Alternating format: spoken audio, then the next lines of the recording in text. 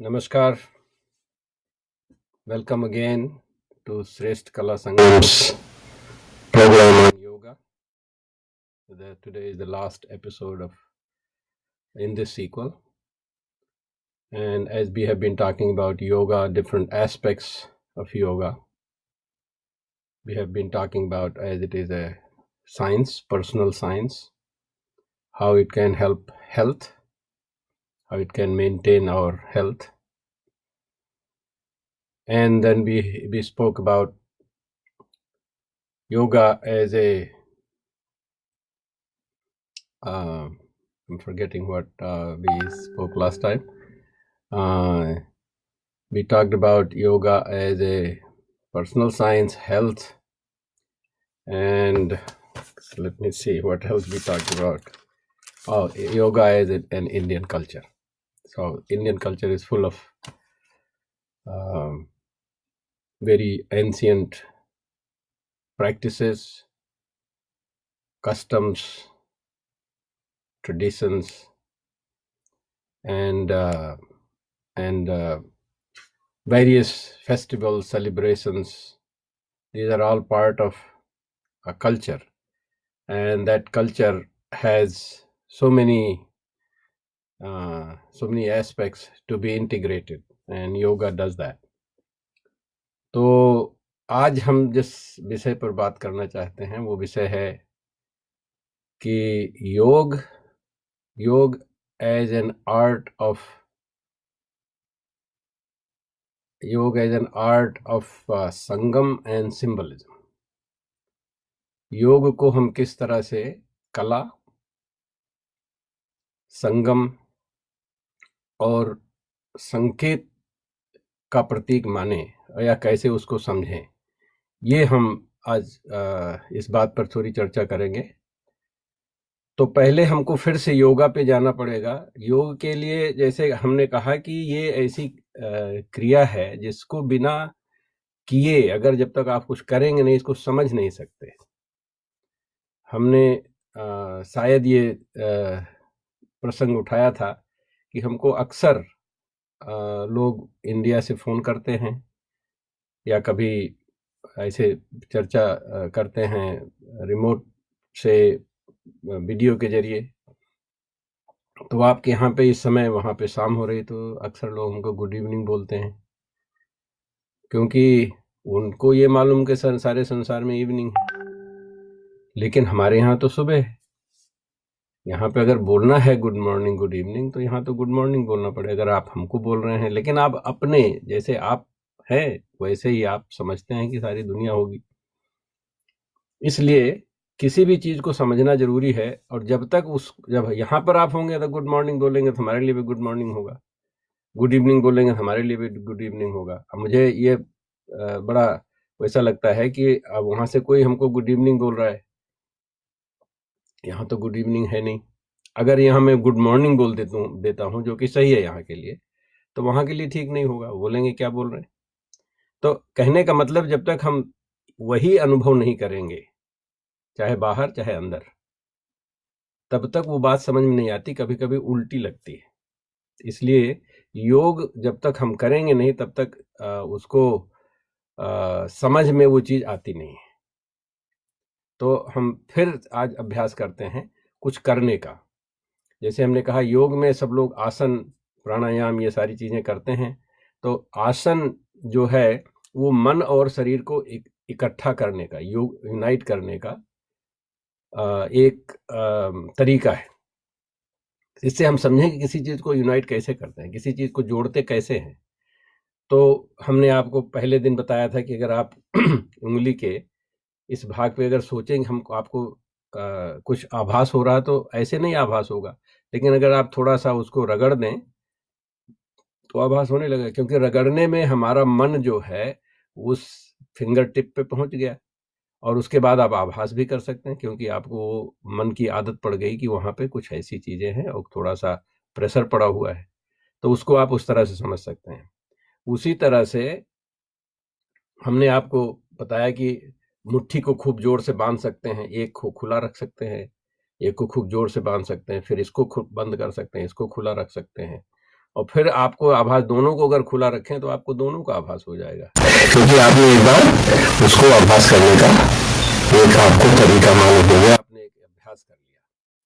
फिर हमने कहा कि आप दोनों हाथों को खूब जोर से बांध सकते हैं, और बांधने से होगा जो आप खोलेंगे तो आप दोनों हाथों में आपको ऐसा लगेगा। तो आज एक दूसरा हम लोग अभ्यास करते हैं कि हाथ को खूब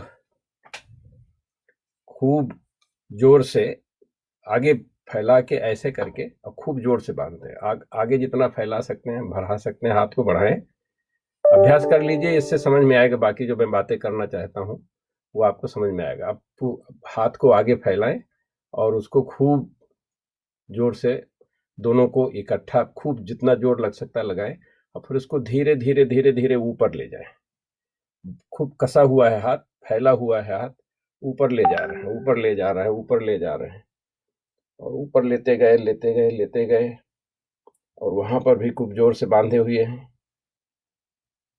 कुछ देर बांधे रहते हैं उसी स्थिति में, फिर धीरे धीरे धीरे धीरे ले आते हैं आगे, फिर से सामने ले आते हैं, फिर से सामने ले आते हैं, फिर से सामने ले आते हैं, फिर से सामने ले आते हैं। अब धीरे धीरे हाथ को ढीला कर देते हैं और दोनों में दूरी बना लेते हैं। अब इसको दूरी को थोड़ा कम करते हैं, फिर थोड़ा इधर पीछे घुमाते हैं, फिर आगे करते हैं। आपके दोनों हथेलियों में कुछ शक्ति लग रही है, जैसे लग रहा है कि दोनों के बीच, दोनों हाथों के बीच में कुछ है और उसका आभास आपको हो रहा है। ऐसे कहने के लिए तो मैंने कोई शक्ति आपके अंदर जादू मंत्र कर दिया, ऐसा कुछ नहीं है। ये मैंने आपके मन को आपकी हथेलियों के पास ले जाने की एक प्रक्रिया बता दी। उससे हुआ क्या कि आपके जो यहाँ पे रिसेप्टर, मैकेनिकल रिसेप्टर्स होते हैं दोनों हथेलियों में, चूंकि हमने उसको खूब जोर से दबाया, मन को वहां लगा दिया, मन को आभास होने लगा, इसलिए इस दोनों हाथों के बीच में कुछ है। वो क्या है? हवा है। हवा। ऐसे आपको हवा का पता नहीं लगता, जब तक आप सांस भी लेते हैं आपको हवा का नहीं पता लगता कि आप सांस ले रहे हैं। लेकिन अब चूंकि हमने आपको एक्टिव कर दिया, मन और शरीर को जोड़ दिया, जिसको योग कहते हैं या योग करने का अभ्यास कहते हैं, उसके जरिए हमने जब इसको दोनों हथेलियों को एक्टिव कर दिया, उसमें ताकत भर दी। ताकत क्या मतलब? मन की शक्ति भर दी। तो अब आप ऐसे ऐसे कर रहे हैं तो आपको ये लग रहा है कि कुछ है, इस दोनों के बीच में कुछ है। ऑफ कोर्स है, वो हवा है। पहले जिस हवा का आपको आभास नहीं था, आज आभास हो गया। तो इस तरह से अगर आप योग को समझने का प्रयत्न करें तो आप अपनी ही शक्ति को, मन और शरीर को जोड़ने से अपनी ही शक्ति को बढ़ा रहे हैं। और जब शक्ति बढ़ जाती है तो आपको सारा संसार दूसरा दिखाई पड़ने लगता है, क्योंकि जो चीजें पहले नहीं दिखाई पड़ती थी वो अब दिखाई पड़ने लगी, वो समझ में आने लगी। क्योंकि कोई व्यक्ति अगर कोई ऐसी बात कर रहा है जो कि आपको आभास ही नहीं, जैसे मैंने कहा कि कोई गुड मॉर्निंग बोलता है और यहाँ पे वहाँ पे मैं यहाँ से गुड मॉर्निंग बोलूँ, वहाँ पे तो इवनिंग है, तो आप सोचेंगे अरे ये क्या हो रहा है। लेकिन अगर आपको ये आभास हो जाए हम एक ही जगह पे हों, या कि आपको ये ज्ञान हो जाए कि वहाँ पे जहाँ पे ये रहते हैं वहाँ पे समय ये है, सुबह है, अभी सूर्योदय हुआ है और हमारे यहाँ सूर्यास्त होने वाला है, तो आपको ये चीज समझ में आ जाएगी और आप इस चीज में बुरा नहीं मानेंगे, कुछ उल्टा सीधा नहीं लगेगा। उसी तरह जब ज्ञान हो जाता है तो हमको सारी चीजें सीधे धीरे धीरे समझ में आने लगती हैं, और जिनको जो चीज समझ में आ जाती है उससे हम जुड़ जाते हैं। तो एक तरह से वो भी योग हुआ। दूसरा हम अभ्यास थोड़ा सा करना चाहते हैं आपके साथ कि वो अभी तो हमने हाथ में आपको ये दिखाया, और चूंकि जो शरीर में हमारे जो प्राण शक्ति जाती है, हवा जाती है, उसी से हमारा शरीर जो है वो संचालित रहता है, उसी से ऊर्जा मिलती है। बड़ी फिलॉसफी है उसके पीछे, योग की फिलॉसफी है, लेकिन अभी इतना आज अपने पास समय नहीं है कि हम उस पूरी फिलॉसफी को थोड़ा थोड़ा करके बृहद रूप में समझें। तो इतना मान लें कि हवा चल जाती है हमारे अंदर, उसे हमारे ऑक्सीजन होती है, उससे ऑक्सीजन से वो हमारी कोशिकाओं में जाती है। कोशिकाओं में माइटोकॉन्ड्रिया होते हैं, छोटे छोटे, हमारी जो कोशिका उससे भी बहुत छोटे छोटे प्रत्यंग कहे जाएंगे उनको, वो होते हैं, तो उनको उसमें एक माइटोकॉन्ड्रिया भी आता है। तो माइटोकॉन्ड्रिया में सारी ऑक्सीजन का उपयोग होता है, उससे फिर एक एनर्जी का एक पैकेट बनता है, उसको एटीपी कहते हैं, और उस एटीपी से हम सारा काम कर रहे हैं। जैसे हमारे पास रुपया हो या डॉलर हो, उससे हम ले जाके कहीं पे काम करें, उसी तरह एटीपी जो है यहाँ से वहाँ अपना घूमते रहते हैं, और उसको कोई हमारे शरीर की माइटोकॉन्ड्रिया बनाती रहती हैं, और बाकी लोग उसी को उसका उपयोग करके काम करते रहते हैं। जैसे मैंने हाथ हिलाया, अभी ये क्लिस्प किया, ये सारी चीजें जो है वो एटीपी के जरिए हो रही हैं। तो ये जो हवा है हमारे अंदर जा रही है, और उससे जो हमारे अंदर उसका हवा का संगम हो रहा है, ऑक्सीजन का संगम हो रहा है, उस ऑक्सीजन के संगम से हमको एनर्जी मिलती है, और इससे हम कोई भी काम कर सकते हैं। तो ये चीज है, तो हम एक बार उसको भी करते हैं। हम अनुलोम विलोम की प्रक्रिया करेंगे, क्योंकि वो आसान सी है और आपको ठीक से समझ में आ जाएगा। और उसमें आप ये ध्यान दीजिएगा अभी से, क्योंकि हम 2 बार करेंगे, ये ध्यान दीजिए कि वो बायां और दायां जो नाक है आपकी, नॉस्ट्रिल कहते हैं, ईड़ा पिंगला नाड़ी बोलते हैं वो योग की भाषा में। तो उसमें देखिए कौन सी ज्यादा चल रही है। तो हम दाहिनी बंद करते हैं पहले, और बाई नाक से सांस लेते हैं,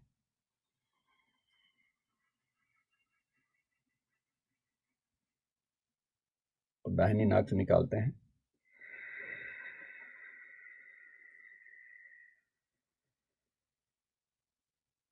हम दाहिनी नाक से अंदर लेते हैं,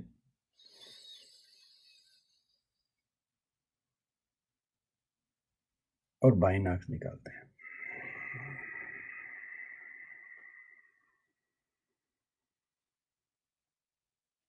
हमारा उद्देश्य जानना है कि ईड़ा और पिंगला में से कौन सी ज्यादा चल रही है, कौन सी ज्यादा स्मूथली चल रही है, कौन ज्यादा आसानी से चल रही है। एक बार करके फिर से ध्यान दीजिए।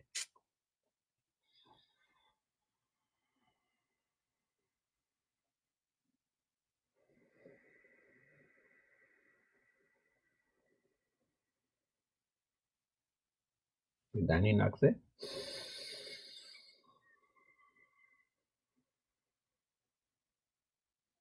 फिर निकालते हैं।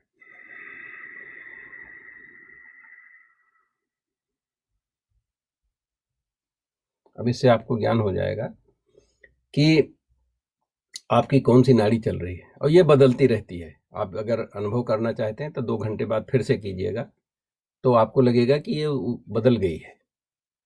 इसके पीछे क्या विज्ञान है, बहुत ज्यादा ज्ञान नहीं लोगों को, लेकिन इससे ये पता लगता है कि जो हमारी बाई नाड़ी अगर चलती है, तो हमारे मस्तिष्क का दाहिना भाग जो है वो ज्यादा एक्टिव रहता है।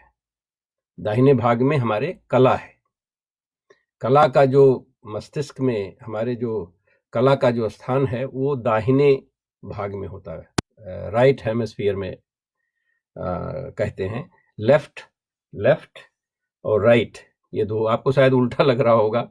मुझे किसी ने बताया है कि ये वीडियो में दिखाने से लेफ्ट राइट जो मुझे दिखाई पड़ता है वो आपको वहाँ पे उल्टा दिखाई पड़ता है। तो फिर से हम कहना चाहते हैं, अगर बाई नाक चल रही है, उसको ईड़ा कहते हैं, नहीं ईड़ा दाहिनी को कहते हैं, बाई को पिंगला कहते हैं। तो पिंगला अगर चल रही है तो आपके जो दाहिनी तरफ का मस्तिष्क है वो एक्टिव रहता है, उसमें कला के गुण होते हैं। तो अगर आपको कोई ऐसे आपने देखा होगा, लोग बहुत सारी चीजें ऐसे लगता है कि आडंबर है करते हैं, जब उनको अगर ये करना होता है, इसको बदला भी जा सकता है, जिन लोगों को ज्ञान होता है वो बदल भी सकते हैं। तो जो कलाकार होते हैं वो उसी समय ऐसे काम करते हैं जब उनकी अगर कला वाला काम है, तो जब उनकी पिंगला नाड़ी चलती रहती है। इसी तरह से कभी लोग अपना दाहिना पैर किसी में आगे बढ़ाते हैं, बायां पैर किसी में बढ़ाते हैं, लोग सोचते हैं ढकोसला है, लेकिन भारत की परंपराओं में शुरू इसका ढकोसला से नहीं हुआ। हो सकता है कि बाद में लोगों ने ढकोसला बना लिया क्योंकि उनको नहीं समझ में आता, लेकिन ऐसा है नहीं। तो इससे आपको ये हो जाएगा, इसमें आजकल विज्ञान जो है कोशिश कर रहा है कि ये क्यों होता है और इसका क्या प्रभाव होता है। ये तो कुछ प्रभाव तो मैंने बताए, लेकिन कि इसकी ओरिजिन क्या है, कहाँ से इसकी उत्पत्ति है, ये प्राण शक्ति है, ये प्राण शक्ति है। प्राण शक्ति का इसलिए बहुत बड़ा महत्व है। तो इस तरह से हम योग को यहाँ से समझने का प्रयत्न करें कि अगर हम ईड़ा और पिंगला नाड़ी को ध्यान देते हैं तो उसमें कलात्मक या कि जो रेशनल तर्कात्मक चीजें हमारे बाएं जो हमारा मस्तिष्क है उसके बाएं हिस्से में होता है। जैसे कि गणित हो या कि भाषा हो, ये सारी चीजें जो हैं बाईं तरफ होती है। अगर जिनका बाईं तरफ चलता है उसको उस समय सोचते हैं कि वो गणित या कुछ एनालिसिस की बात हो या भाषा की बात हो। साहित्य दूसरी बात है, साहित्य जो है वो कला में आता है और वो दाहिने मस्तिष्क में होता है। ऐसा लोग कहते हैं स्टडीज में कि महिलाओं का दाहिने जो कलात्मक भाग है वो ज्यादा पुरुषों से ज्यादा सबल होता है और इसलिए आप ज्यादातर देखेंगे महिलाओं को कि उनके कलात्मक उनके गुण नेचुरली होते हैं, प्राकृतिक रूप से उनके अंदर होते हैं। उसी तरह से पुरुषों का बाईं तरफ का थोड़ा सा ज्यादा होता है और उस तरह से आप देखेंगे इंजीनियरिंग वगैरह में, हालांकि भारत में ऐसा नहीं होता है लेकिन बाहर हमने देखा हुआ है कि इंजीनियरिंग में या किसी मैथ में इसमें महिलाएं कम होती हैं। लेकिन उसको भी सीधा करने का तरीका है, जिसे ये हमने कहा ये अनुलोम विलोम करने से आप दोनों को जोड़ रहे हैं। एक ब्रेन के बीच में एक स्थान होता है, उसको कार्पस कलोसम बोलते हैं, कार्पस कलोसम। तो वो दोनों को जोड़ता है, बाएं दाएं को जोड़ता है। अब अगर आप ये अनुलोम विलोम करेंगे तो एक नाड़ी होती है सुषुम्ना, उसका जागरण होता है और वो जब उसका जागरण होता है तो बहुत सारे कार्य हम ऐसे करते हैं जिसमें कि ऑटोमेटिकली ऐसा होता है। तो इसलिए भारत में आप देखिए तो महिलाओं बड़ी गणिताचार्य बनी हुई हैं, एस्ट्रोनॉमी में बहुत सारी लगी हुई हैं, क्योंकि बहुत सारी परंपरागत चीजें कर रहे हैं। शायद उनको इतना ये ऐसा सोच के नहीं कर रहे हैं, लेकिन हम ऐसा सोच सकते हैं, हम ऐसा समझ सकते हैं। योग के अगर हम योग का अभ्यास करें, प्राणायाम का अभ्यास करें तो हम दोनों शक्तियों को, बाईं दाईं दोनों शक्तियों को एक साथ जोड़ सकते हैं, चाहे वो स्त्री हो या पुरुष हो। तो पुरुष भी बड़ी कलात्मक चीजें कर सकते हैं, स्त्री भी जैसे करती है, उसको थोड़ा नेचुरली ज्यादा है। अगर और कुछ नहीं करें तो वो नेचुरली कलात्मक उनके गुण ज्यादा होते हैं। इसलिए बहुत सारी चीजों में स्त्रियां जो हैं वो आर्ट में ज्यादा होती हैं और पुरुष भी होते हैं, लेकिन उनके लिए मेहनत करनी पड़ती है। उसी तरह से स्त्रियां भी मेहनत करके इन दोनों भागों को जगा के और आगे बढ़ सकती हैं। अब मैं आपको योग के बारे में एक दो चीजें और बताना चाहता हूँ। योग में मैंने कहा कि पहली बार मैंने जब कहा था कि ये पहला मेरा एपिसोड जब हुआ था तो उसमें योग में हमने ये कहा था कि योग से ये है हमारा पर्सनल साइंस है, व्यक्तिगत विज्ञान है। योग हमारा व्यक्तिगत विज्ञान है। जैसे कि आपको सर दर्द हो रहा हो, मान लीजिए आपको नहीं पता लगे कि आपको सर दर्द हो रहा है। मैंने कहा कि दर्द उठाना योग का एक अभ्यास है। जब दर्द होता है तो दिमाग वहां जाता है। तो इसलिए अगर मान लीजिए कि आपको दर्द ना हो, एक बीमारी है, इससे बहुत बड़ी बीमारी होती है। अगर आपको दर्द पता ही नहीं लगे तो आप उम्मीद है कि बहुत सारी आपके अंग जो हैं वो धीरे धीरे उनका पतन होता जाएगा, विनाश हो जाएगा, नष्ट हो जाएंगे। क्योंकि जब दर्द होता है तो दिमाग वहां पहुंचता है और सारी पूरी जो उनकी फौज है वहां पहुंच के उसको ठीक करने में लग जाती है। तो इसलिए दर्द को हमको ऐसा नहीं मानना चाहिए। तो हमारा जब हमको दर्द होता है तो आपको पता, मान लीजिए आपको नहीं पता लगता है, आपको कोई बीमारी, आपको दर्द नहीं पता लगता है, तो आपको अब कुछ हुआ ऐसा है जो पता लगता है, दर्द नहीं पता लगता, आपका हाथ नहीं उठ रहा है, तो आप डॉक्टर के यहाँ जाएंगे। डॉक्टर बोलेगा कोई टेस्ट करवाओ, एक्सरे करवाओ या कोई मशीन लगाएगा, उसमें ब्लड निकलवाएगा, मसल की एनालिसिस करेगा।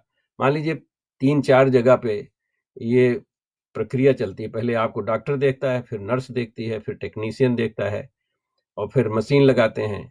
अरे मान लीजिए आपकी जो भी समस्या है वो 90% समझ में आ जाता है, 100% उसको समझ में आएगा नहीं, 90% समझ में आ जाता है।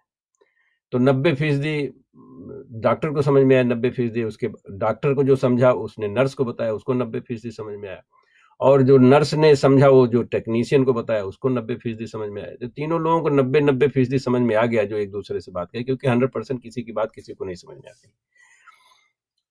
और ये सिर्फ हमारी इंसान की बात नहीं, मशीन भी 100% कभी नहीं होती है। कोई भी मशीन आज तक 100% एफिशिएंट नहीं बनी है। सेकंड लॉ ऑफ थर्मोडायनामिक्स है, उसके आधार पे कोई इफिशियंसी या क्षमता जो है 100% नहीं होती है, क्योंकि उस एक काम को दूसरे काम करने के लिए कुछ ऊर्जा का ह्रास होता है, इसलिए वो आगे नहीं 100% नहीं हो सकती। तो इसलिए हमको ये सोचना चाहिए कि अगर हमको सर दर्द हमको हो रहा है और मशीन बताएगी हमको आके, तो 90% कमी, फिर 90 का 90%, 90 का 90%, इस तरह से मिला के आपको 73%, 73% आपकी एफिशिएंसी बाद में आपको बता रहा है कोई कि आपको दर्द हो रहा है। जो आपको ज्ञान 100% है, वो ज्ञान अगर 3 लेवल पे कहा गया, तो वो वही ज्ञान आपको कम होके आएगा। इसलिए हमको अगर ज्ञान लेना है अपने बारे में, इसलिए कहते हैं कि ये हमारा व्यक्तिगत विज्ञान है और ये परफेक्ट विज्ञान है। एक्चुअली मैंने वो टाइटल जो दिया, yoga as an art of sangam and symbolism, I should have written yoga as a perfect art of sangam and symbolism. Perfect क्या होता है? जो 100% हो। तो अगर आप 100% आप अपने को जानते, कोई दूसरा नहीं बता सकता, कोई मशीन नहीं बता सकती आपको 100%। लेकिन अब यह है कि आपको वो ज्ञान होना चाहिए, उस स्तर का ज्ञान होना चाहिए। इसी तरह से योग से ही आयुर्वेद निकला हुआ है। आयुर्वेद की जो विधा है समझने की, व्यक्ति को समझने की, वो अलग अलग होती है। वो एक ही बीमारी के लिए 2 व्यक्ति को एक ही दवा नहीं देते हैं। अगर देंगे भी तो एक मात्रा नहीं देंगे, और अगर एक मात्रा देते भी हैं तो उसके साथ कुछ और जोड़ेंगे। वो बताएंगे इस समय खाना है, किस समय खाना है, क्योंकि वो आप जो हैं अलग हैं, आपको परफेक्ट माना जाता है। वो किसी दूसरे से जोड़ा नहीं जा सकता है। जो कि आधुनिक मेडिसिन चल रही है, आधुनिक दवाएं जो बनती हैं, वो क्लिनिकल ट्रायल पे बनती हैं। 100, 200, 1000 लोगों का कभी 50 साल पहले, 10 साल पहले टेस्ट हुआ था किसी परिस्थिति में, और उसके आधार पे जो उनको मिला कि ये डोज और ये समय इतने एज के लोगों को ये दिया जाएगा, तो वो उनकी बीमारी खत्म हो जाएगी। लेकिन वो सत्य है नहीं। आयुर्वेद में कुछ दूसरा बात है। मेरा यहाँ पे आयुर्वेद के लिए इतनी बात नहीं करनी है। मुझे सिर्फ ये बताना है कि आपका जो विज्ञान है, व्यक्तिगत विज्ञान है, वो परफेक्ट है, संपूर्ण है, परिपूर्ण है। तो इसलिए हम योग को उस विचार से अगर देखें तो हम आगे बढ़ सकते हैं। अब ये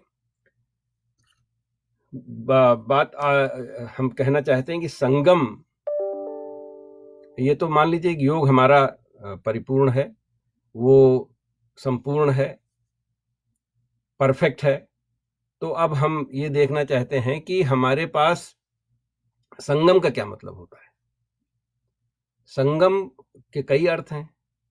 एक तो गंगा जमुना का संगम होता है, वहां पे सारे लोग जानते हैं संगम पर वहां पे बहुत बड़ा कुंभ मेला लगता है, और उसको बहुत ये कहते हैं कि जहां पे संगम होता है वहां पे सरस्वती आती। गंगा यमुना का जो ये सिंबलिज्म है, वहां पे सरस्वती नदी है नहीं, वैसे कोई सरस्वती नदी नहीं है। वो सरस्वती नदी तो वहां पे है हरियाणा में। लेकिन उसको जब 2 चीजों का संगम होता है, जैसे हमारे राइट एंड लेफ्ट ब्रेन का संगम होता है, ईड़ा पिंगला का संगम होता है, तो जो उससे जो उनके दोनों के मिलन से जो बात बनती है, वो संपूर्ण होती, परिपूर्ण होती, उसको सरस्वती का रूप दिया गया है। सरस्वती का मतलब होता है जो सदैव बहती रहे, जिसकी धारा चलती रहे, उसको ज्ञान कहते हैं। सरस्वती को ज्ञान, ये ज्ञान हो गया, तो इसको एक तरह का संगम मान सकते हैं। ईड़ा और Pingala, left brain right brain, Ganga Jamuna, ये जब मिलते हैं तो उनका एक संगम बनता है। संगम के एक अर्थ जो कि हमारे यहाँ वेद में है, उसको कहते हैं संगच्छध्वम संबद्धध्वम, मतलब हम साथ चलें और साथ बोलें। संगम का मतलब होता है, गम का मतलब होता है जाना, वो गम धातु से है, इसको जाना कहते हैं। सम मतलब बराबरी, जब हम बराबर चलते हैं तो उसको संगम कहते हैं। एक मुझे इंटरेस्टिंग स्टोरी, पहले शो आया करता था जिसको उसका नाम था श्री गणेश शायद था, इसे या गणेश, कोई ऐसे ही शो आता था। उसमें एक विषय आता है कि भगवान शिव बैठे हुए हैं, उनके 2 पुत्र गणेश और कार्तिकेय।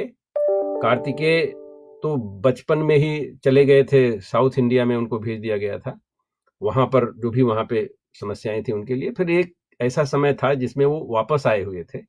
तो कार्तिकेय और गणेश दोनों लोग, क्योंकि गणेश की कोई भाई-वाई नहीं था, तो उनको कभी ऐसा मौका नहीं मिलता था खेलने का। तो देखे उनका भाई आया हुआ, तो सोचे उसके साथ खेलते हैं। वो हालाँकि कार्तिकेय तब तक सेनापति बने हुए थे, लेकिन भाई के साथ खेलने में वो भी चले गए, लुका-छुपी का खेल खेल रहे थे।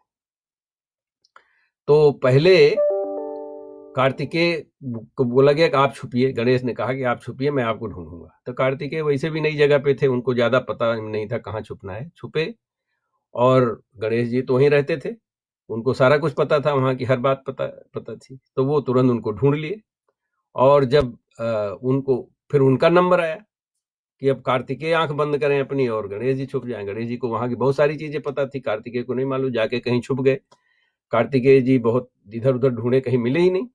फिर सोचे कि चलो ठीक है, वो वापस चले गए। और जब वहाँ पे जाके अपने पिता के पास बैठ के कुछ चर्चा करने लगे। गणेश जी बड़ी देर तक छुपे रहे, देखे कोई ढूंढ ही नहीं रहा, तो निकले धीरे-धीरे, देखे तो उधर कार्तिकेय है ही नहीं, बोले बड़े दुखी हुए, धीरे-धीरे अपना मुँह लटका के वापस आ रहे थे। देखा, आए घर पे देखे तो ये दोनों लोग अपना मस्त हैं अपनी चर्चा में। तो उनको बड़ा, जैसे कभी-कभी होता है ना भाई-बहन में ऐसा, तो उन्होंने कहा कि पिताश्री, लगता है आपको कार्तिकेय भैया बहुत ज़्यादा प्रिय हैं, क्योंकि आप उनसे बातें कर रहे हैं, हमारा तो खेल बिगाड़ दिए सब। तो ऐसे हमारे भी बच्चे हैं, जिनके बच्चे होंगे, क्या ऐसे बोलेंगे? नहीं बेटा, ऐसी कोई बात नहीं है। अगर वो ये तो कार्तिकेय यहाँ पे इसलिए बात कर रहे हैं, या कि ये अभी आया हुआ है वहाँ से इसलिए उससे बात कर रहे हैं, तुम तो हमारे पास हरदम ही रहते हो। लेकिन शंकर जी ने ऐसा नहीं कहा। अब जिसने भी ये पटकथा लिखी, उसका उसने ये सोचा कि नहीं सोचा, लेकिन मुझे ऐसा आभास हुआ। शंकर जी ये कहते हैं कि पुत्र जो पिता के आदर्शों पर चलता है, पिता को वही प्रिय होता है। उन्होंने नहीं कहने, नहीं बेटा कोई वैसी बात नहीं, आदर्शों पे चलता है। मतलब आदर्श एक ऐसी चीज होती है जो कि जिसको अटेन नहीं किया जा सकता है, क्योंकि आदर्श है, वहां पे आप पहुंच नहीं सकते हैं। पहुंचने का अगर ढंग है तो योग है। तो वो बात संगम की कह रहे हैं, मतलब हम सात संग छध्वम, हम जब क्योंकि एक आदर्श हमारा है तो हम भी चल रहे हैं उस पर। अगर तुम भी उस पर चलते हो तो हम दोनों सहगामी हो गए, सहमार्गी हो गए, हमारा संगम हो गया। ये इसका संगम का मतलब ये योग से कैसे जुड़ता है, जुड़ने की बात कहाँ पे आती है। अब ये आदर्श की बात तो दूसरी होगी। अब संग छध्वम संबद्धध्वम, ये बात मुझे अरविंद कॉलेज पटना में भी एक बार मौका मिला था 2017 में इस बात पे चर्चा करने के लिए। तो हमारे यहाँ जैसे हमने आपसे शुरू में पहले योग की कुछ प्रक्रिया करवाई, आशा है कि आप लोगों ने किया होगा, नहीं भी किया होगा तो कर लीजिएगा आगे, क्योंकि मैं देख तो नहीं रहा हूँ यहाँ से कि आपने, हो सकता है कि देखते ही रहे होंगे हम क्या कर रहे हैं, लेकिन अगर नहीं किया तो उसको प्रयास कीजिएगा। तो अगर साथ में चलेंगे तो संबद्धध्वम, फिर तब बोल सकते हैं। तो उन्होंने ये नहीं कहा कि संबद्धध्वम देन संगच्छध्वम। ऐसे लोग बोलते हैं पहले इंस्ट्रक्शन दीजिए तो फिर हम काम करेंगे, ऐसा नहीं, पहले करिए, फिर आपको बोलने का हक मिलता है, क्योंकि तब आप अपने अनुभव से बातें बता सकते हैं। तो इस तरह से संगच्छध्वम संबद्धध्वम, या भगवान शिव की जो मैंने कहानी बताई, जो श्री गणेश का एक सीरियल आ रहा था कभी, मुझे लगता 15-20 साल पहले भारतीय टेलीविजन पे, तो मैंने यहाँ पे देखा हुआ था। तो उसके आधार पे संगम का मतलब ये होता है। संगम का और भी मतलब होता है, उधर तमिल भाषा में बहुत इसका उपयोग किया जाता है, जिसमें असेंबली का मतलब होता है, एकेडमी होता है, और यूनियन भी होता है, जिसको योग भी कहते हैं। कॉन्फ्लुएंस होता है, जैसे गंगा जमुना का है। उस गंगा जमुना, वो संगम की एक मूवी बनी थी, बोल राधा बोल संगम होगा कि नहीं। ये भी बड़ी बात है। मैंने वो मूवी नहीं देखी हुई है, लेकिन गाना तो सुनते रहते थे, बोल राधा बोल संगम होगा कि नहीं। तो वो उसमें भी कहानी है गोपाल और राधा की, कि ये गोपाल और राधा का भी जो एक ये सिंबॉलिक है। बीच बीच में थोड़ा सा मैं सिंबल के बारे में बोलता हूँ, थोड़ा बाद में और बोलूंगा अगर समय मिलेगा तो। तो राधा और कृष्ण एक तो व्यक्ति थे। हमारे यहाँ भारत में हर चीज जो कुछ होती है किसी कारण से होती है, और हमारे यहाँ पे ये पूरे जो जगत है या ब्रह्मांड है, इसको कारण जगत, सूक्ष्म जगत और स्थूल जगत में बांटा गया है।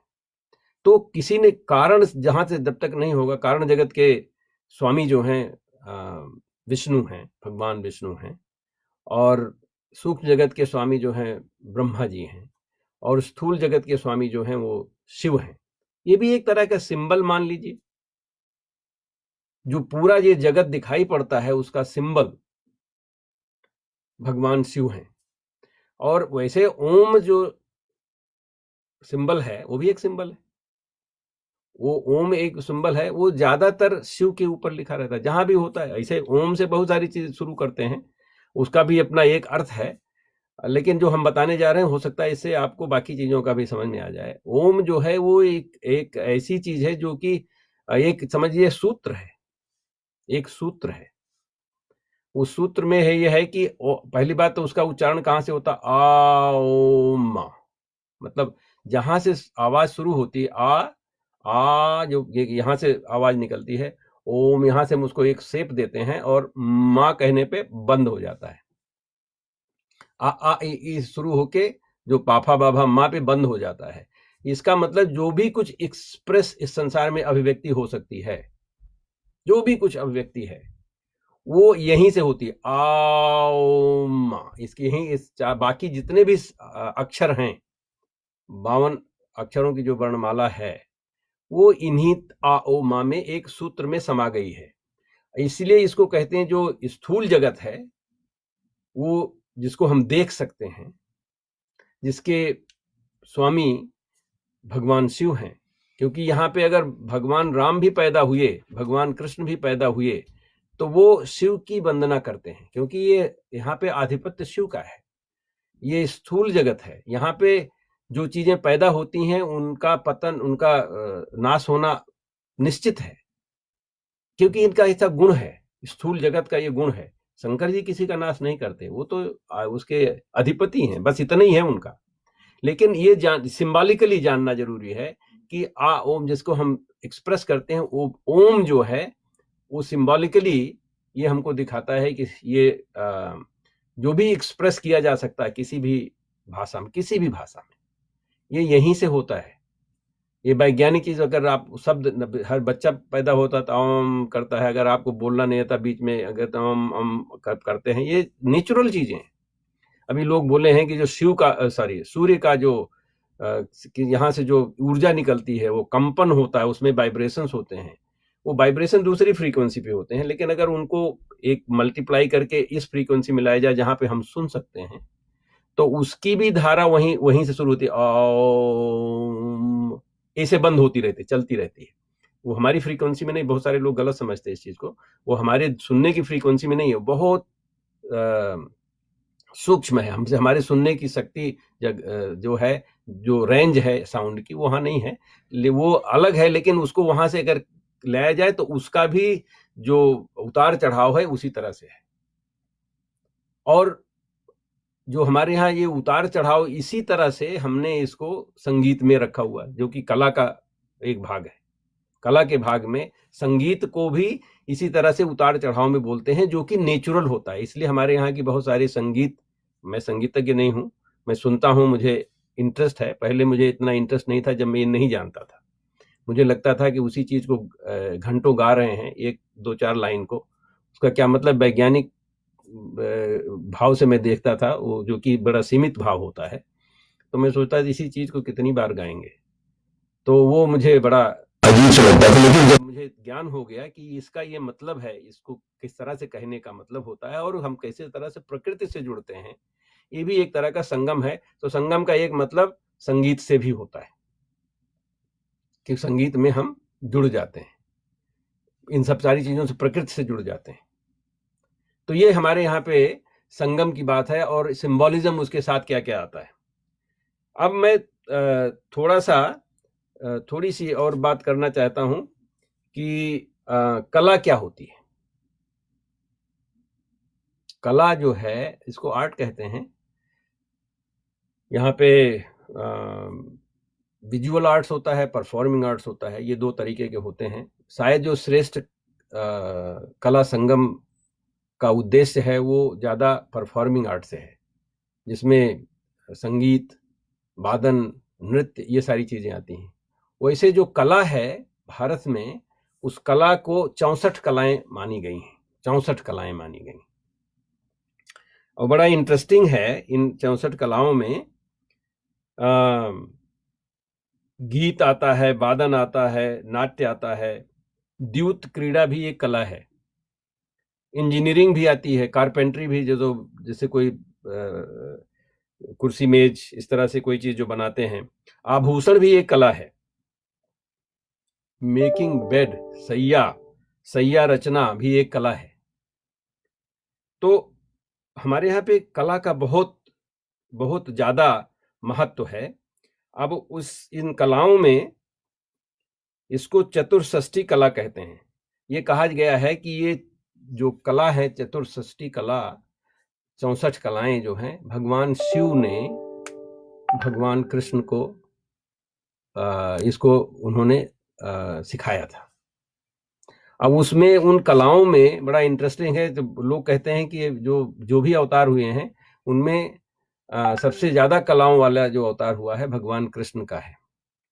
और उसमें जो कला है वो 16 कलाएं हैं, उसमें बड़ा इंटरेस्टिंग चीजें हैं, बड़ी इंटरेस्टिंग चीजें। तो ये ऐसे तो कहने के लिए कला है जिसको लोग विज्ञान से थोड़ा सा दूर शायद मानेंगे, लेकिन मैं जब उसको देखता हूं तो उसमें बड़ा विज्ञान दिखाई पड़ता है।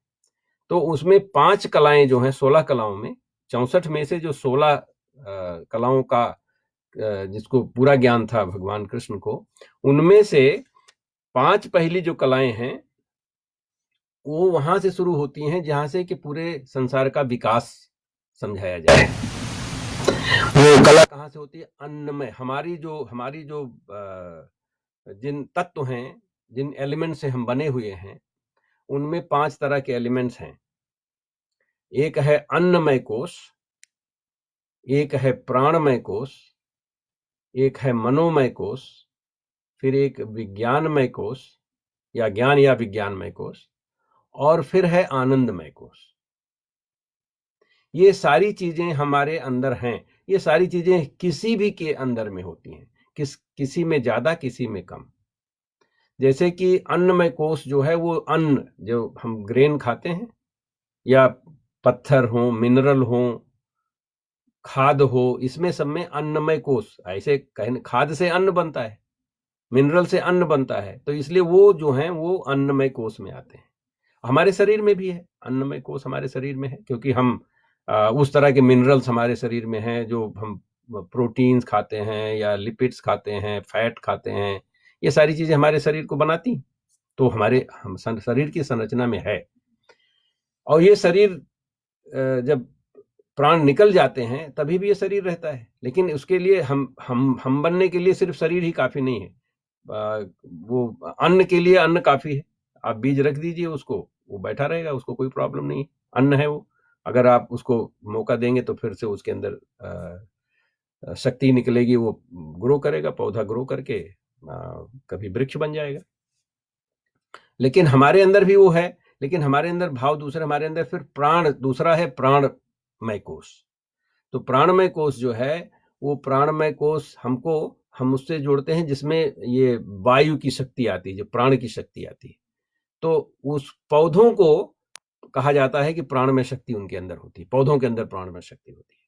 अब अभी ऐसे लोग बोले वो सांस नहीं लेते हैं, लेकिन अभी सर जेसी बोस का, आपने जिन लोगों का ज्ञान होगा कि उन्होंने क्या पढ़ाया था, उन्होंने कहा कि इनके अंदर भी चित्त होता है, इनके अंदर भी कॉन्शसनेस होती है। और अब जो विज्ञान वाले जानते हैं वो तो सभी जानते हैं कि पौधे जो हैं ऑक्सीजन निकालते हैं और कार्बन डाइऑक्साइड लेते हैं। तो वो ये बहुत पुरानी, ये जब ये बात ज्ञान नहीं था, ये जो मैं कोश की संरचना की बात कह रहा हूं, जो कि कलाओं में आता है, इसका ज्ञान जो है कलाओं में आता है, इसका ज्ञान होना चाहिए, ये कला है, लेकिन ये कला ही विज्ञान हो रहा है। अब आज वो विज्ञान ये कह रहा है कि हाँ, ये पौधे जो हैं वो ऑक्सीजन निकालते हैं और कार्बन डाइऑक्साइड लेते हैं, इसका मतलब उनके अंदर प्राण शक्ति चल रही है। तो वो पेड़ पौधों का होता है। फिर पेड़ पौधों से ऊपर मनोमय कोश। मनोमय कोश, अब ऐसे हम लोग सोचते हैं, हम अभी आपसे कह रहे थे कि हम अपना मन को, या पिछले 3 बार से जो हमारे कार्यक्रम हो रहे हैं उसमें चर्चा हो रही है, उसमें कहते हैं कि अपने मन को हम स्थिर करें, स्टिल करें, वो उसमें उसको चंचलता उसकी समाप्त कर दें, तब हमारा योग लगेगा। लेकिन ये मन जो है सिर्फ हमारे अंदर नहीं है, मन तो पशुओं जंतुओं के अंदर भी है, पशुओं के अंदर भी है। उनका जब मन करता है तो खाते हैं, नहीं मन करता तो सो जाते हैं, जो भी जब उन मन से ही करते हैं, तो उनके अंदर भी मन है। अभी जिनके पास ये जो पालते हैं, पालतू जानवर होंगे, उनको पता लगेगा कि उनका भी मन होता है, वो अपने मन से चलते हैं, उठते हैं, बैठते हैं, सोते हैं, आपके साथ खेलते हैं, वो मन से खेलते हैं। फिर उसके बाद मनोमय कोश के पास जो चौथा जो है वो है ज्ञानमय कोश, जो कि ज्ञान सब उनको भी है लेकिन उतना नहीं होता, हमको मनुष्य इसमें आता है, और बाकी जंतु नहीं, जीव जंतु नहीं आते हैं। मनुष्य इसमें आता है क्योंकि हमारी पहचान जो है ज्ञान से है, और उसका सदुपयोग करना चाहिए। जैसे मन का सदुपयोग जो जानवर करते हैं, वो जब उनको भूख लगती तभी खाते हैं। और अभी आपने देखा होगा, जो आयुर्वेद में बड़ा इंटरेस्टिंग ऑब्जर्वेशन है, हम लोग साइंस वाले जो हैं, वो अगर कोई दवा बनाने की कोशिश करते हैं तो फिर उसको एनिमल पे टेस्ट करते हैं। एनिमल पहले टेस्ट करने के लिए ये देखते हैं कि इससे मरता है कि नहीं, उसमें इंजेक्ट करेंगे इतना, अगर वो मर जाएगा सोचेंगे ये तो डोज ज्यादा हो गया, तो कम करते करते जहां पे वो सुरक्षित है तब उसको डोज मानते हैं। तो लेकिन हम टॉक्सिसिटी के चक्कर में देखते हैं, एनिमल्स बहुत सारी टॉक्सिसिटी टेस्टिंग होती है एनिमल्स की, उनको उसमें मरना पड़ता है।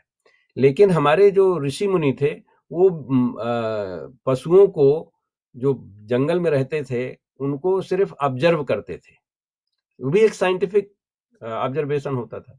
तो आप देखेंगे तो पशु को अगर कोई बीमारी होती है तो खाना बंद कर देता है, और अगर खाएगा तो उसको पता नहीं कहां से ये ज्ञान रहता है कि वो कोई पौधा ही खाएगा।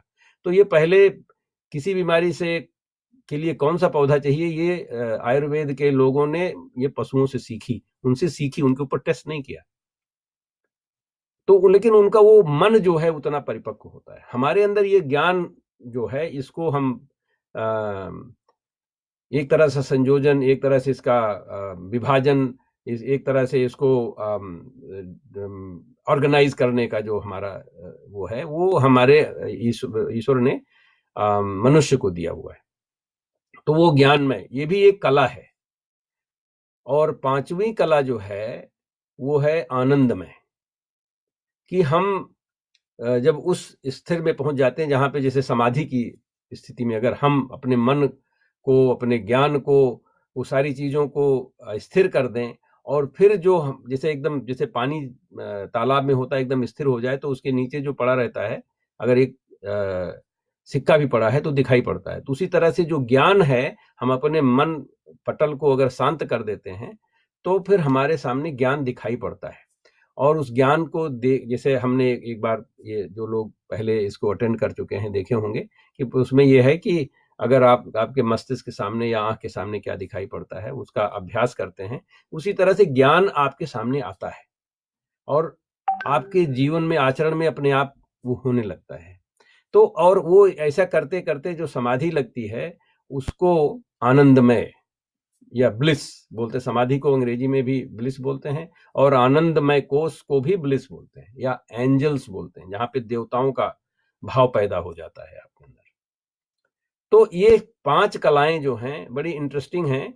इसमें एक दो बातें मैं और कहना चाहता हूं, क्योंकि कला की बात हो रही है और यहाँ पे संगम की बात हो रही है। तो ये सारी चीजें हमारे मनुष्य के, हर मनुष्य, एक विकास की अगर दृष्टि से देखा जाए तो मिनरल जो होता है, अन्न, वो वही पृथ्वी जो है अन्न बनती है, और अन्न से पौधे बनते हैं, पौधों से को खा के जानवर बनते हैं। जैसे आप जहां पे मिनरल ठीक नहीं होंगे वहां पे कोई पौधा नहीं उगेगा, और जहां पौधा नहीं उगे वहां कोई जानवर नहीं होगा, जहां कोई जानवर नहीं होगा, निश्चित रूप से जानवरों का रहना बहुत आवश्यक है, तो वहां पे मनुष्य होता है।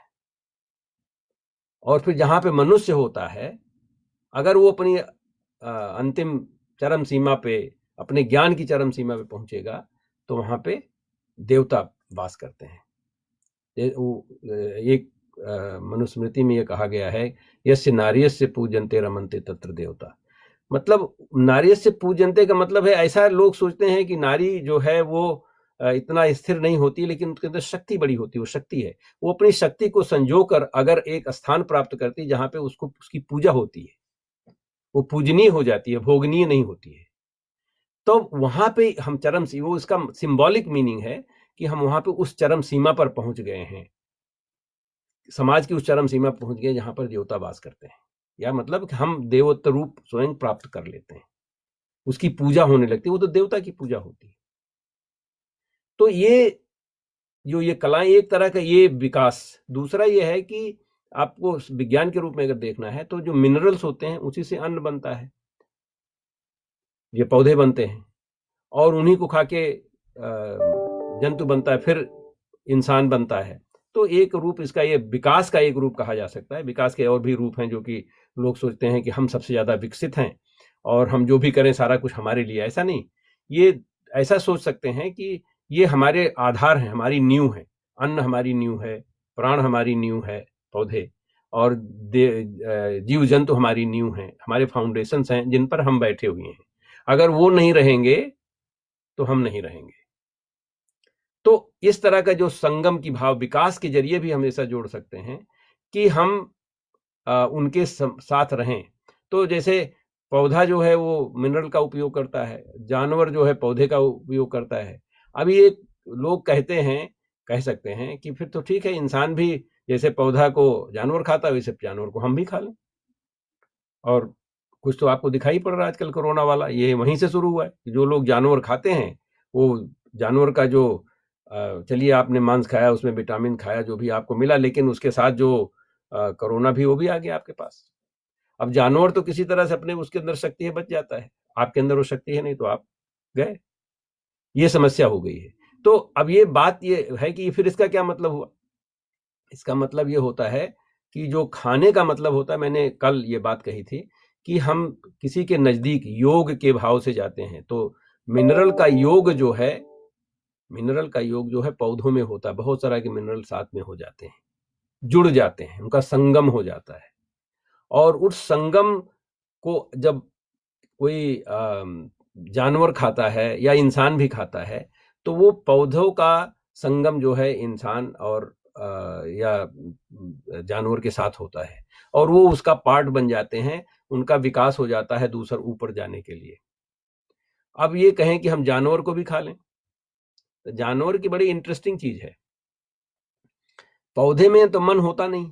पौधा जब आप खाते हो, ज्यादातर लोग कहते हैं कि अगर आपको खाना है, पौधे का ज्यादा फायदा उठाना है तो आप उसको कच्चा खाइए, फल खाइए, सब्जियां खाइए, कच्चा जितना हो सके उसको उतना कच्चा खाएं। तो बाद में आप मसाले वसाले जोड़ दिए गए हैं क्योंकि आपकी और भी कमजोरियां होती हैं, जिससे वो मसाले आपको एक तरह से दे गिव यू सम एनर्जी और बूस्ट आपकी इम्यूनिटी वगैरह करने के लिए। नहीं, वैसे आप अगर कच्चा खाएंगे तो आपको ज्यादा शक्ति मिलेगी।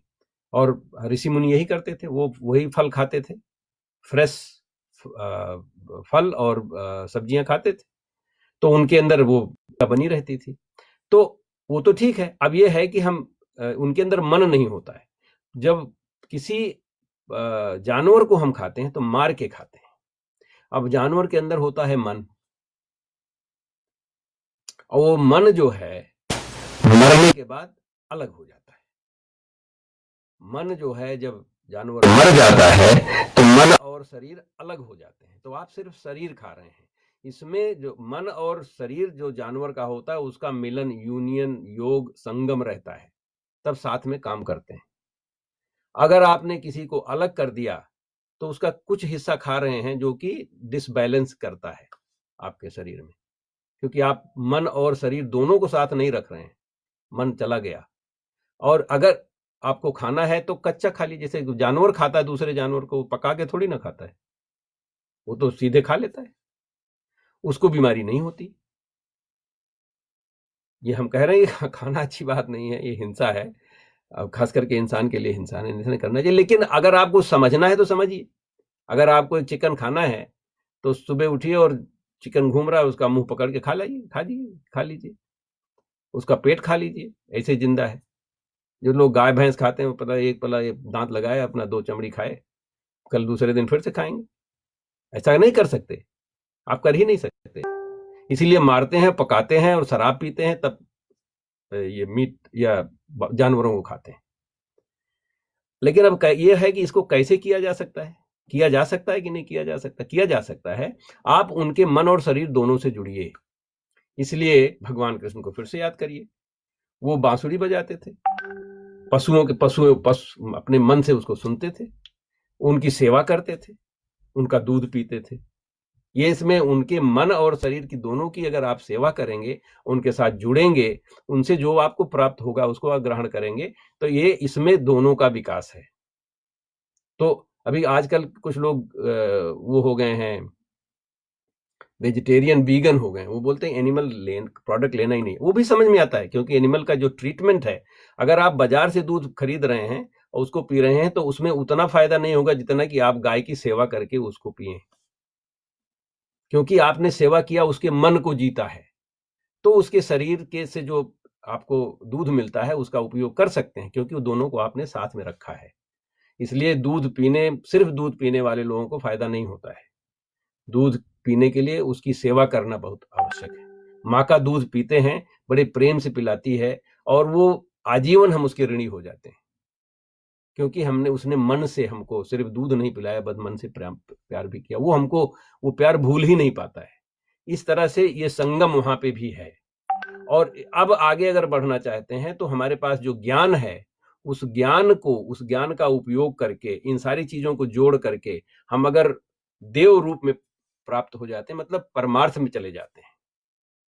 दूसरों का, पर देवताओं का मतलब ये होता है कि वो देते रहें। दूसरों को के लिए जब करता है कोई व्यक्ति, तो देव रूप प्राप्त होता है। तो हमारा इस तरह से विकास हो जाता है। ये तो मैंने आपको अभी 5 कलाओं की बात मैंने की। मैं देख रहा हूं कि समय बीतता जा रहा है, 7-8 मिनट हमारे पास और समय बचा हुआ, जिसमें कि इस बार उन्होंने मुझे, हेमंत जी ने ये कहा था कि 1 घंटे तक मैं समय ले सकता हूं, इसलिए मैंने थोड़ा आराम से चीजों को बताया। अब बाकी कलाओं के बारे में आप लोग सारे लोग समर्थ हैं, देख भी सकते हैं, समझ भी सकते हैं। बट भगवान कृष्ण की 16 कलाओं में से 5 कलाएं जो मैंने आपको बताई, ये है कला। अब थोड़ा सा बताएं कि ये काम, अभी हमने आपसे ये कहा कि जो मन है वो शरीर है, ये दोनों अलग हो जाते हैं जब कोई व्यक्ति मर जाता है। तो हमारे यहाँ पंच शरीर की भी एक परिकल्पना है, और फिर शायद सिंबल पे मुझे इतना ज्यादा समय नहीं मिलेगा आज बात करने का, कभी और करेंगे। लेकिन बीच बीच में मैं कह देता हूं, ये सारी परिकल्पना है, एक सिंबॉलिक है। ये सिंबल के रूप में कहा गया, बताया गया है कि 5 शरीर हमारी एक सिंबल है। ऐसे सब जुड़े हुए हैं, सबका संगम है सब। अगर मुझसे आप बात करें तो ये थोड़ी कर मैं आपके शरीर से बात कर लेता हूँ, थोड़ा सा छोड़ता हूँ बाकी सब चीजों को भी, ऐसा नहीं होता है। भी आप तो मुझसे बात कर रहे हैं। तो 5 जो हमारे पंच शरीर होते हैं, उसमें एक होता है स्थूल शरीर, एक होता है ओज शरीर, तीसरा होता है भाव शरीर, चौथा होता है मन शरीर, 5वां होता है आध्यात्मिक शरीर। अंग्रेजी में उसको कहते हैं physical body, ethereal body, astral body, mental body and spiritual body. और इनका सबका संगम कहां होता है? हमारे चक्र होते हैं, मूलाधार, स्वाधिष्ठान, मणिपुर, अनाहत, विशुद्धि, आज्ञा चक्र, सहस्रार्थ। ये यहाँ पे सारे 5 शरीरों का, again it's just as a scientist I think it's a good model. इसमें ये होता है कि पहले के 2 ये सारे ये चक्र जो है, वहां पे जैसे गांठ बनी होती है, आपने फिजिकली जो भी काम किया, अच्छा किया बुरा किया, वो वहां पे जाके संगम हो जाता है चक्र पे। अगर आपकी जगह चक्र हैं तो उनका उपयोग भी कर सकते हैं आप। इसलिए हम चक्र को जगाते हैं, सांस लेके चक्र को जगाते हैं। कभी मौका मिलेगा तो उसके लिए और अभ्यास भी करवाएंगे। ये सांस लेने में ही चीजें जोड़ते जाते हैं, उनका संगम करते जाते हैं। तो अब बात यह है कि जो शरीर जब किसी का देहांत होता है, तो देहांत बोलते हैं, आत्मांत नहीं बोलते, देहांत देह का अंत होता है। तो देह जो है तो उसका अंत हो जाता है। जो हमारी ओज शरीर है, वो 3 दिन तक जीवित रहती है। ऐसा लोगों ने क्रिलियन फोटोग्राफी में पिक्चर लेके देखा हुआ है। जो व्यक्ति मरा हुआ था उसका शरीर का पूरा शेप वहां पे बना रहता है। उसकी केमिस्ट्री है, उसका फिजिक्स है, जो भी है, लेकिन ये धारणा हमारे यहाँ बहुत पुराने जमाने से रखी हुई है। तो वो 3 दिन बाद मरता है, लेकिन बाकी जो भाव शरीर है, मन शरीर है और आत्मा का जो शरीर, आध्यात्म का शरीर, आत्मा का शरीर जो है वो मरता नहीं है, वो छोड़ देता है उसको। और लेकिन उसके अंदर ये जो भी आपने कार्यकलाप किए हुए इंक्रिप्टेड हो जाता है कंप्यूटर की लैंग्वेज में। जो जब ये फिर से किसी आत्मा में वो आते हैं, जुड़ते हैं, आपका जब जन्म किसी दूसरी शरीर के लिए होता है, तो ये सारी चीजें आके फिर से यूएसबी पोर्ट की तरह जुड़ जाते हैं। तो आपने जो जो किया था वो आपके ऊपर आपको घटना घटेगा। तो आपने अच्छा किया तो अच्छा है, आप अच्छी स्थिति में रहेंगे। कभी कभी इसलिए समझ में नहीं आता कि हमने तो सब कुछ सही किया, कुछ गलत किया नहीं, हमारे साथ ऐसा क्यों हो रहा है। या कभी कभी कोई लोग कुछ थोड़ा मोड़ा भी सही किया तो बड़ा वो उनके बहुत अच्छा काम हो जाता है, लॉटरी खुल जाती है। इसलिए कि उन्होंने पूर्व जन्म में, ये पूर्व जन्म की कहानी है। कर्म जो हमारे होते हैं ये इनक्रिप्टेड होते हैं इसमें, और ये आगे बढ़ाते हैं। ये भी एक तरह का सिंबल है सपने को हमको समझाने के लिए।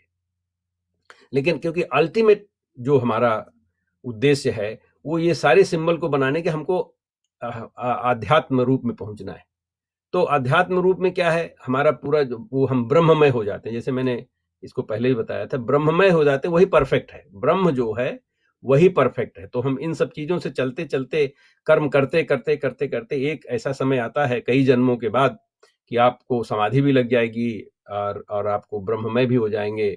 और जब ब्रह्ममय हो जाते हैं वही परफेक्ट होता है, क्योंकि वहां पे कोई तुलनात्मक कोई चीज होती नहीं। सारे आप सबसे जुड़ गए, आपका योग जो है सबके साथ हो गया, आपका संगम सबके साथ हो गया, और इस तरह से आप जो है एक ब्रह्ममय हो। ब्रह्म का मतलब ये होता है, अब हो सकता है संस्कृत के लोगों को ज्यादा ज्ञान होगा, कुछ लोग संस्कृत वाले जुड़े भी होंगे और वो कृपया हमको बताएंगे कि सही मैं बोल रहा हूं कि नहीं, लेकिन मैं कभी कभी अपने हिसाब से बोलता हूं जो मुझे समझ में आता है। ब्रह्म जो है वो ब्री धातु से बनता है। ब्री का मतलब होता है प्रसार, फैलना, चीजें फैलती रहती हैं। और ये पूरा ब्रह्मांड जो है उसको एक ब्रह्मांड अंडा के समान जो ब्रह्म का रूप है उसको वो फैलता रहता है। अभी 2 थ्योरी हैं फिजिक्स में, कोई लोग कहते हैं ऑसिलेशन होता है, कोई लोग बोलते हैं एंट्रोपिक एक्सपेंशन होता है, लेकिन होता है, ये फैलता रहता है, ये निश्चित है। लेकिन जब आप वहां पर पहुंच जाते हैं, उस जैसे एक दो ट्रेन एक साथ चल रही हैं और एक स्पीड से चलती तो लगता ही नहीं वो चल रही, दूसरी वाली नहीं चल रही, हम ये नहीं चलता ये फैल रहा है। जब आप उसी में वही हो गए तो आपके लिए वो बंद हो जाता है। तो ब्री से जब माँ हो, माँ का मतलब मैंने पहले भी समझाया था यम में जब बता रहे थे, तो उसका मतलब किसी चीज को रोक देना। तो आपको एक्सपेंशन आपके लिए बंद हो जाता है जिस दिन आप ब्रह्ममय हो गए, जिस दिन आपका पूरा संगम हो गया और जिस दिन आप इन सब कलाओं का अभ्यास पूरी तरह से कर लिए, उस दिन आपके लिए ये सारा ब्रह्म हो जाता है, आप ब्रह्ममय हो जाते हैं। इसका मतलब आपके लिए अब कुछ रह नहीं गया, क्योंकि आप वही हो गए। ना आपके हमको बताने की जरूरत है, ना आप कर ही सकते हैं, क्योंकि आप वही हैं। अगर हम हैं वहां पर हम भी समझेंगे। जैसे मैंने कहा अगर आप यहाँ तो आपको भी पता लगे गुड मॉर्निंग, यहीं पे मॉर्निंग है, नहीं जो वहां पे पहुंचे तो वही दिखाई पड़ेगा। तो इस तरह से हमारे जीवन का जो उद्देश्य है वो ये ब्रह्ममय होना है। अब उसमें सिंबलिज्म में 1 मिनट मेरे पास समय है, मैं जल्दी से बताता हूँ। सिंबलिज्म में बहुत सारे सिंबल्स हैं। हमारे गणेश जी के सिंबल्स हैं। गणेश जी का बड़ा सा कान है, लंबी सी सूंड है, ये सब सिंबलिज्म के लिए है। अभी इसकी गाथा की कहानी में कभी और बताऊंगा कि उसमें यह है कि जो ये सारी चीजें हैं, तो सूंड का मतलब क्या होता है, बड़ा कान का मतलब होता है किसी चीज को खूब ध्यान से सुनना, बोलना कम, क्योंकि मुंह एकदम ढका रहता है। अब हम लोग ज्यादातर, क्षमा कीजिए मैं भी 1 घंटा से बकबक कर रहा हूँ, लेकिन मुझे आप लोगों ने ये निर्देश दिया तो इसलिए मैं बोल रहा हूँ, नहीं तो चुप रहना एक बहुत बड़ी कला होती है और मौन रहना एक बहुत बड़ा शब्द है। तो इस तरह से गणेश जी का जो सिंबल है, बड़ा सा कान, बड़ा सा पेट, क्योंकि उसको डाइजेस्ट कीजिए, जो सुनिए उसको डाइजेस्ट कीजिए, हरदम बकबक मत करिए, कुछ बोलने की जरूरत नहीं है। अगर नहीं जरूरत तो मत बोलिए, अगर कुछ बोलिए तो कुछ डाइजेस्ट करके कोई ऐसी बात करिए जो कि लोगों को समझ में नहीं आ रही होगी, उस तरह की बातें करें। तो हम ये सिंबलिज्म, ये जैसे गणेश जी का ये सिंबल, इस तरह सरस्वती का सिंबल है, इसी तरह मैंने शंकर जी का थोड़ा सा सिंबल तो ओम वाला बताया ही। तो इस तरह से जब पूजा जब हम करते हैं तो पूजा में हमारा अर्थ ये होता है कि हम उस सिंबल को समझ के और अपनी जो हमको पसंद चीजें उसी चीज को चढ़ाते हैं उनको, तो जिससे कि आपको भी वो पसंद, हमको भी पसंद, हम दोनों लोग एक हो गए, क्योंकि मैं वो सिंबल को अपने में एक्सेप्ट करना चाहता हूँ, मैं भी ज्यादा सुनना चाहता हूँ, मैं भी खूब उसको डाइजेस्ट करना चाहता हूँ, मैं भी कम बोलना चाहता हूँ। मेरे पास सूंड जैसा हो, सूंड का मतलब होता है जो छोटी से छोटी चीजों को उसको वो डिटेक्ट कर सकते हैं, सेंस कर सकती है सूंड, चींटी को भी सेंस करती है और एक दरख्त को भी उखाड़ के फेंक सकती है। ये आपके अंदर शक्ति है कि आप छोटे से मॉलिक्यूल्स के बारे में भी जान सकते हैं और बिल्डिंग भी बना सकते हैं और कोई बड़ा उठाने का काम उसको भी कर सकते हैं, सूटकेस सर पे रख सकते हैं। ये सारा चीज करके अगर कर सकते हैं तब समझिए आपके गणेश जी के भाव हैं। और अगर ऐसा है तो आपका कोई काम रुक नहीं सकता, कोई विघ्न आ ही नहीं सकता है। तो हम कोशिश करें, प्रयत्न करें कि हम इस भाव से, इस तरह से हमारी जो कलाओं का उपयोग करके एक संगम भाव से पहुंचे, जो कि ब्रह्म मैं हूं। ब्रह्म को बुद्धिस्ट में परफेक्ट कहा गया, उन्होंने कहा यही परफेक्ट है, ब्रह्म ही परफेक्ट होता है। तो उस परफेक्टनेस में पहुंचे, अगर उस परफेक्टनेस में पहुंच जाएंगे तो हम सारे, हमारा पूरा संगम पूरी तरह हो जाएगा, हम सुख शांति जिसको सब लोग ढूंढते हैं वहां पे मिलता है। आप आशा है कि आप लोग इस ज्ञान को थोड़ा मोड़ा अपने जहन में रखेंगे, सोचेंगे, विचारेंगे। अगर कोई भाव पैदा होते तो मुझे भी बताएं। हमारा 1 मिनट ज़्यादा हो गया है समय से, इसलिए क्षमा चाहूँगा, थोड़ा समय ज़्यादा ले लिया। और लेकिन चूंकि आज मेरा आखिरी ये इस सीक्वल में प्रेजेंटेशन है, आप लोग हमें क्षमा करेंगे। आशा है कि आपके उपयोग में कुछ बातें आएंगी, और अगर मेरी किसी सेवा की आवश्यकता हो तो ज़रूर हमसे संपर्क करें। और बी सेफ, कोरोना अभी भी चल रहा है। आप उसके लिए इन सब भावों से अगर देखेंगे संसार को तो दूसरी दृष्टि दिखाई पड़ेगी आपको। आप लोग सुरक्षित रहें और कार्यरत रहें। प्रणाम, नमस्कार।